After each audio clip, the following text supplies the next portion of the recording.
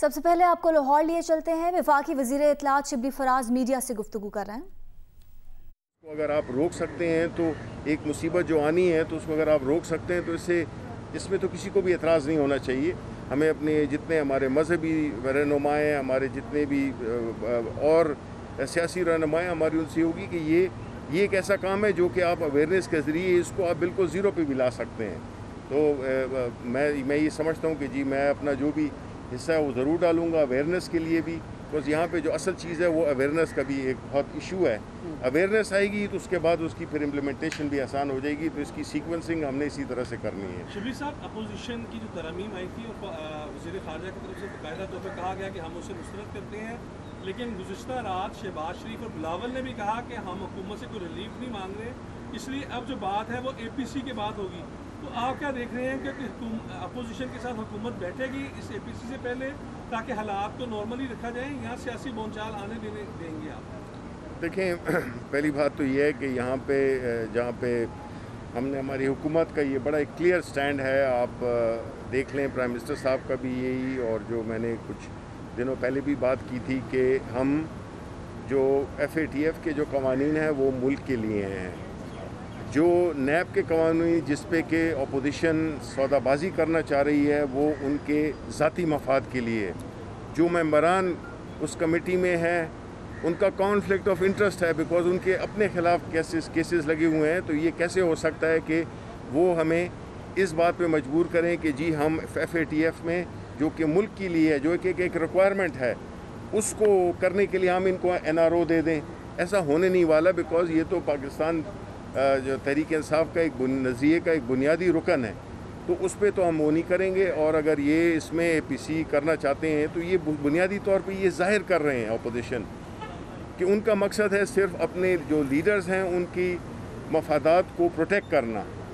मुल्क से कोई दिलचस्पी नहीं है, इदारों से कोई दिलचस्पी नहीं है, सिर्फ अपने आप को बचाने के लिए ये पॉलिटिकल प्रेशर डाल रहे हैं, जिसमें कि थोड़े दिनों बाद, ईद के बाद ही इस गुब्बारे से हवा निकल जाएगी। नहीं, आप इनसे बैठेंगे कि नहीं बैठेंगे APC से पहले? देखें ज़रूर, सवाल ये है। नहीं देखें, APC तो वो अपनी करते रहें, वो तो बुनियादी तौर पे इकट्ठ है उन लोगों का जो कि नंबर 1 सियासी तौर पे बेरोज़गार हो चुके हैं। उनका कोई एजेंडा नहीं है। उनका अगर एजेंडा यही है, जिस तरह मैंने कहा, उनका एजेंडा सिर्फ यही है कि किस तरह से अपनी जो उन्होंने जो अपनी हुकूमतों में जिस तरह की उन्होंने हरकतें की थी उसको प्रोटेक्ट करने के लिए ये पॉलिटिकल वो यूज़ कर रहे हैं।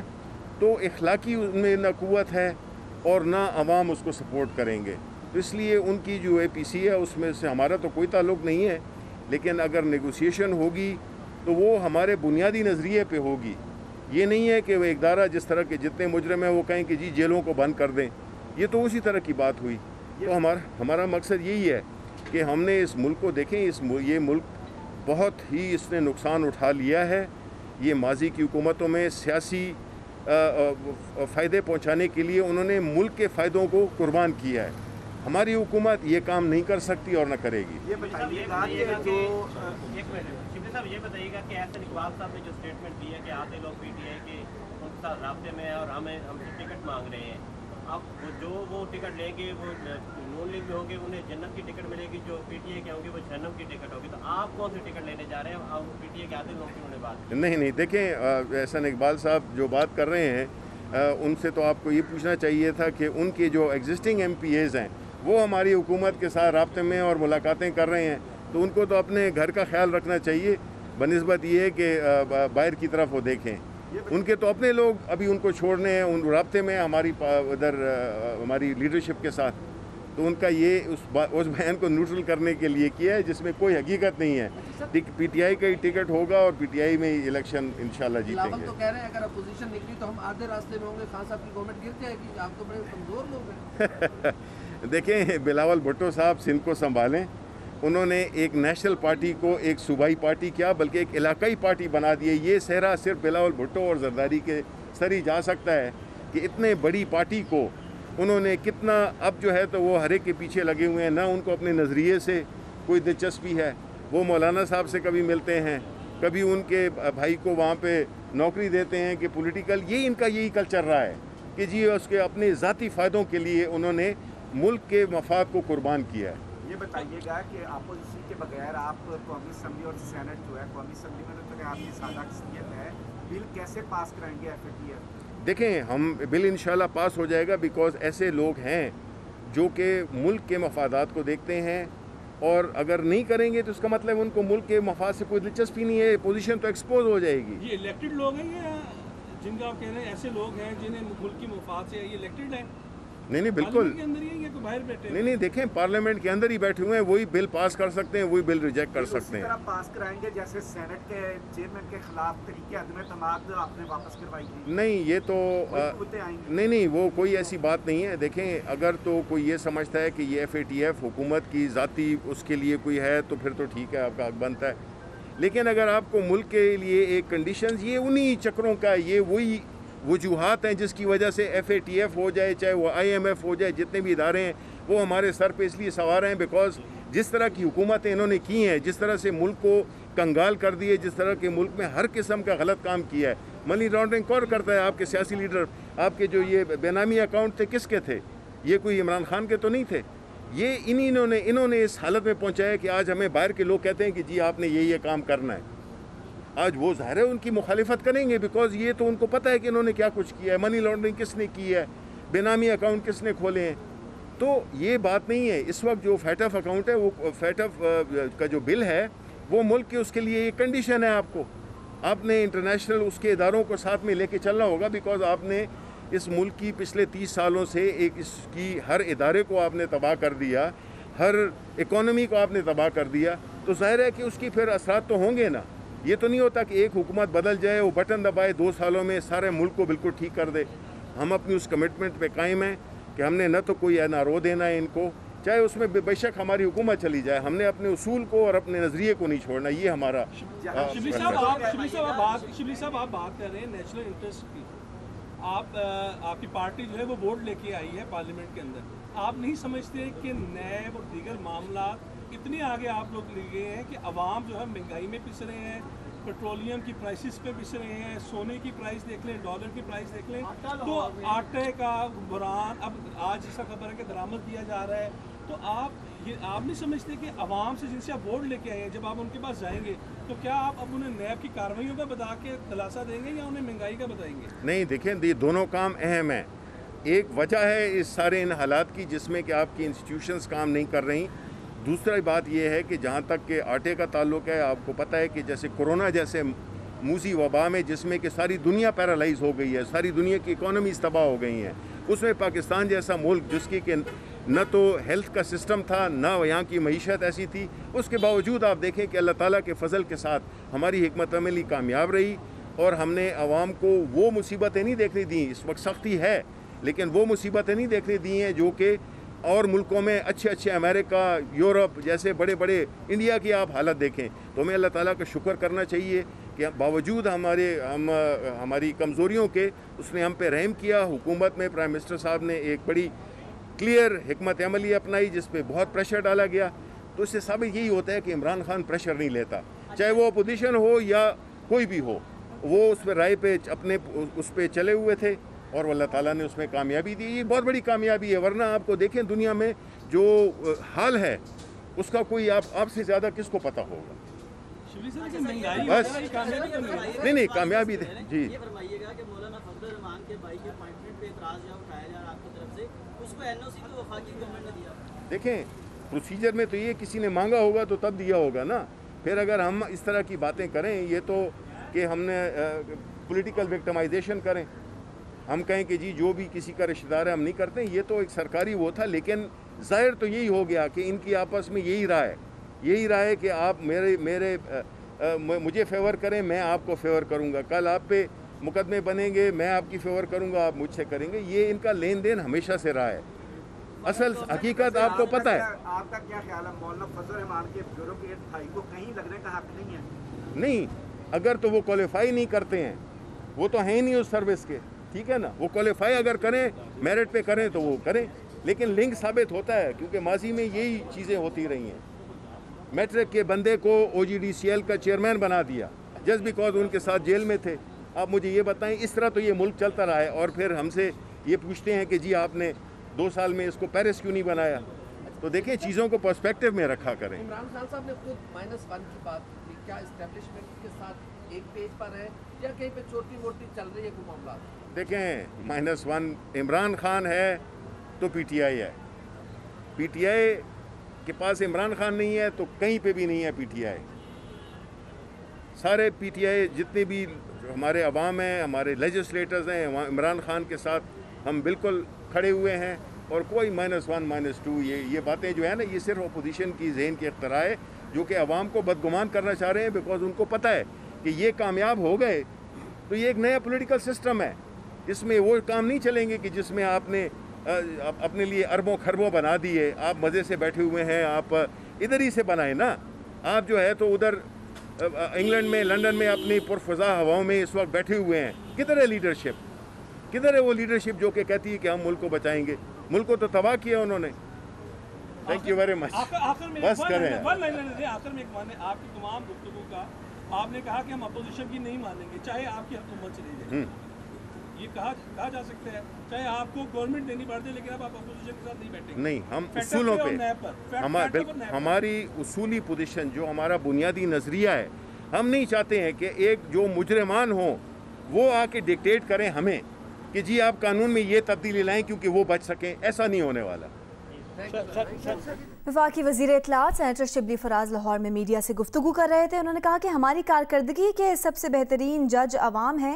ऑपोजिशन अपने ज़ाती मफादात के लिए सौदेबाजी करना चाहती है। कमेटी में जो ऑपोजिशन अरकान हैं उनके अपने खिलाफ नैब में मुकदमा।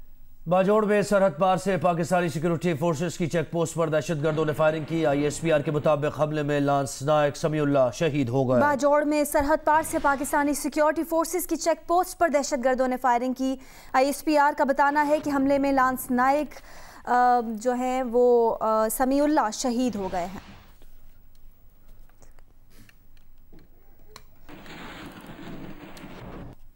बुलेटिन में अभी बात करेंगे फिक्सर से राब्तों को छुपाने की पादाश में पाबंदी की सजा भुगतने वाले उमर अकमल को थोड़ा रिलीफ मिल गया। अपील केस की समाअत करने वाले आज़ाद एडजुडिकेटर ने उमर अकमल की सजा 3 साल से कम करके 1.5 साल कर दी है।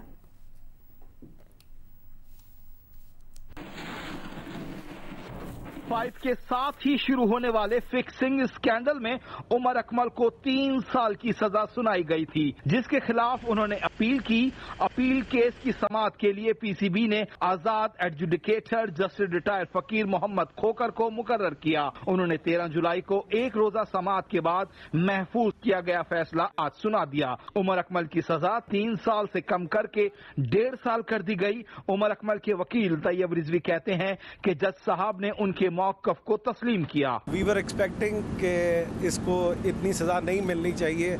इसमें कुछ को 2 माह की सज़ा भी हुई है, कुछ को 6 माह की सज़ा भी हुई है। टेस्ट क्रिकेटर उमर अकमल का कहना है कि उनसे पहले भी ऐसी गलतियां करने वालों को इतनी सख्त सजा नहीं हुई। इससे पहले भी बहुत से प्लेयरों ने गलतियां की, उनको क्या सज़ा मिली और मुझे क्या सज़ा मिली है। अभी डिसाइड करेंगे कि ये जो सज़ा हुई है इसको और कम करवाने की कोशिश करेंगे। आगे जाके अपील करने की अभी कोशिश करेंगे, लेकिन अभी मैं सेटिस्फाई नहीं हूँ। PCB एंटी करप्शन कोड की खिलाफ वर्जी पर उमर अकमल को डिसिप्लिनरी पैनल के चेयरमैन जस्टिस रिटायर्ड फजल मीरा चौहान ने 3 साल की पाबंदी की सजा सुनाई थी।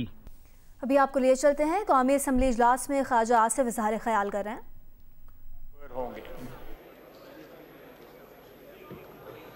और उस कमेटी को बाकायदा जो है वो नोटिफाई कर दिया गया। फिर ये तय पाया कि आपस में बातचीत ना करें। फहीम खान आप अपनी निशिस्त पे बैठ जाएं। जी। फिर ये तय पाया कि इसके साथ साथ जो है एक इनफॉर्मल कमेटी जो है वो इन बिल्स के ऊपर, इस लेजिस्लेशन के ऊपर जो है कोई कंसेंसस जो है वो बिल्डअप करके तो उसके बाद जो है ये बड़ी जो नोटिफाइड कमेटी है उसमें लाया जाएगा। इस तजवीज़ के बाद स्पीकर साहब के घर में 9 मेंबरान की एक गैर रस्मी कमेटी जो है उसका इजलास शुरू हुआ।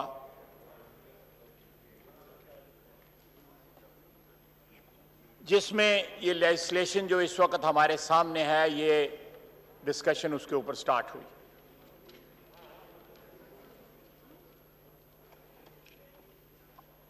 और क्लॉज बाय क्लॉज जो है नैब का बिल जो है वो डिस्कस हुआ। ये डिस्कशन थी, को हमारी तरफ से डिमांड्स नहीं थी। ये कहा गया था कि ये राय है कि इस बिल को इस क्लॉज में, उसके हर क्लॉज जो है डिस्कस हुआ। जो रंग वजीर खारजा साहब ने देने की कोशिश की, सियासतदान हैं, सियासतदान इस किस्म की रंगबाजी जो है वो करते हैं। उन्होंने, हम भी करते हैं, उन्होंने कल रंगबाजी में जो प्रोप्राइटी की तमाम तर हदूद जो हैं, जो एक डिसेंट मुआशरे में जिनका एहतराम किया जाता है, वो तमाम तर जो हदूद जो है वो क्रॉस की। स्पीकर साहब गवाह हैं कि ये मुज़ाकरात जो थे, ये बड़ी कमेटी को फैसिलिटेट करने के लिए किए गए और इनको रिकॉर्ड पे आने की इनकी जरूरत नहीं थी। उसमें दो बिल्स के ऊपर इत्तफाक राय भी हुआ। जो 9 बंदों की कमेटी थी उसमें वो इत्तफाक राय भी हुआ, उसका इन्होंने जिक्र नहीं किया। नहीं, जितना किया, बाकी जो आपने कवाली किया वो बहुत लंबी थी। ये तो ऐसे बरसरे तस्करा ही आपने किया ना जनाबे वाला। ये इंप्रेशन देने की कोशिश की कि हम नैबज़दा लोग हैं और हम नैब के लॉ को जो है वो इस्तेमाल करके खुदा नखास्ता को नेशनल इंटरेस्ट को जो है वो डैमेज करने की कोशिश कर रहे हैं। जनाब डिप्टी स्पीकर, मैंने इसलिए बताया है कि जो फैटफ के 2 बिल थे उनके ऊपर इत्तफाक राय हो चुका हुआ था, इसलिए वो गैर मुतनाज़ा तकरीबन करार पा चुके हुए थे। ये बात मैं भी तारीख के लिए और पोस्टेरिटी के लिए इस हाउस की कार्रवाई का हिस्सा बनाना चाहता हूं कि नैब की डिस्कशन जो है, अगर उसको साइड पे रखें तो साथ जो नेशनल इंपॉर्टेंस के इश्यूज जो हैं उन पे हमें सिर्फ ये एतराज है कि इस मुल्क में तमाम तर जो लेजिस्लेशन है, प्यूनिटिव लेजिस्लेशन जो है, जिसमें फैटफ के भी बिल शामिल हैं, MLA भी शामिल है, ATA भी शामिल है, अकाउंटेबिलिटी भी शामिल है, एंटी करप्शन लॉज भी शामिल हैं, ये तमाम कानून जो हैं तारीखी तौर पे सियासी हथियार के तौर पे इस मुल्क में इस्तेमाल किए गए हैं। We just wanted to put an end to this practice. We abhor this practice कि सियासी हुकूमतें जो हैं मुल्क के कानून और मुल्क के अदारों को सियासी मकासद के लिए इस्तेमाल करें। हम नहीं चाहते कि इकोनॉमिक टेररिज्म के उसके कवर में आप लोग 90 दिन प्लस 90 दिन का कैद जो है बगैर किसी जमानत के आप जो है वो इस कानून के जरिए इस मुल्क में नाफिज कर दें। और कल जो है कभी राना सनाउल्लाह, आप देखें ना, ये एंटी नारकोटिक्स का बिल इसके ऊपर लगा है, उस कोर्ट में ये गया है ना राना सनाउल्लाह, 20 किलो हीरोइन डाली। हम ये प्रैक्टिस जो है, ये प्रैक्टिस हम बंद करना चाहते हैं। अगर मैं प्लीज, मैं उसका जो है, मैं इस वक्त जवाब नहीं देना चाहता। आपस में बातचीत ना करें, आपस में बातचीत ना करें। उसका मैं उधार कर लेता हूं, वो जो है बाद में दे लेंगे। लेकिन मैं आपको बता रहा हूं कि उन मुज़ाकरात में हमने इनको कहा कि हमने इन कानून को जो है अपने जो अदवारे हुकूमत थे, पीपल्स पार्टी ने और पाकिस्तान मुस्लिम लीग नून ने, हम इनको ठीक कर सकते थे। इस मुल्क की तारीख बताती है कि इस मुल्क में जिन्होंने गलत कवानीन बनाए वो खुद उन कवानीन का निशाना बने। ये तारीख गवाही देती है। हमारी 72 साल हम उस प्रैक्टिस को we want to end that practice.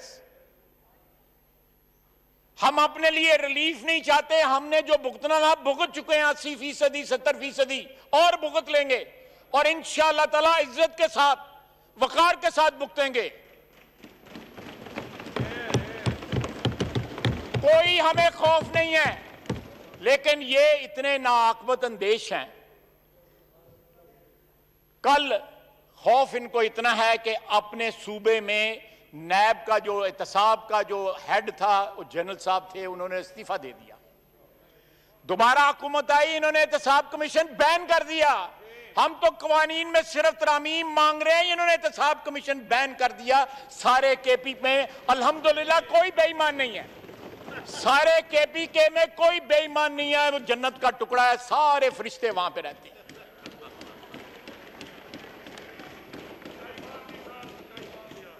और जनाबे वाला, अगर इनका एजेंडा जो है एंटी करप्शन के खिलाफ जंग है या एंटी करप्शन के खिलाफ जंग है, एंटी करप्शन इनका जो है वो इनके जो एजेंडा जो इन्होंने डिक्लेयर किया, मैनिफेस्टो डिक्लेयर किया, उसका हिस्सा है, तो जनाबे वाला इनकी सफ़ों में को खुदा का खौफ करें। बड़े बड़े महाकरप्ट लोग बैठे हुए हैं जिनकी शायद मिसाल जो है पाकिस्तान में किसी दौर में जो है नहीं मिलती। एक अपने सूबे में एहतसाब कमीशन खत्म कर दिया और दूसरा सारे एग्जम्प्टेड है, इस्तिस्ना इनको दिया गया हुआ है। बीआरटी में इस्तिस्ना है, मालम जब्बा में इस्तिस्ना है, बिलियन ट्री सुनामी में इस्तिस्ना है, और जो वजीर आजम का जाती है फॉरेन फंडिंग केस उसमें भी इस्तिस्ना है। ये सारे के सारे इस्तिस्ना हैं। इनके ऊपर नैब लागू नहीं होता। नैब की जो वन वे ट्रैफिक है वो इस तरफ बैठे हुए लोगों पर सारी की सारी जो है वो लागू होती है।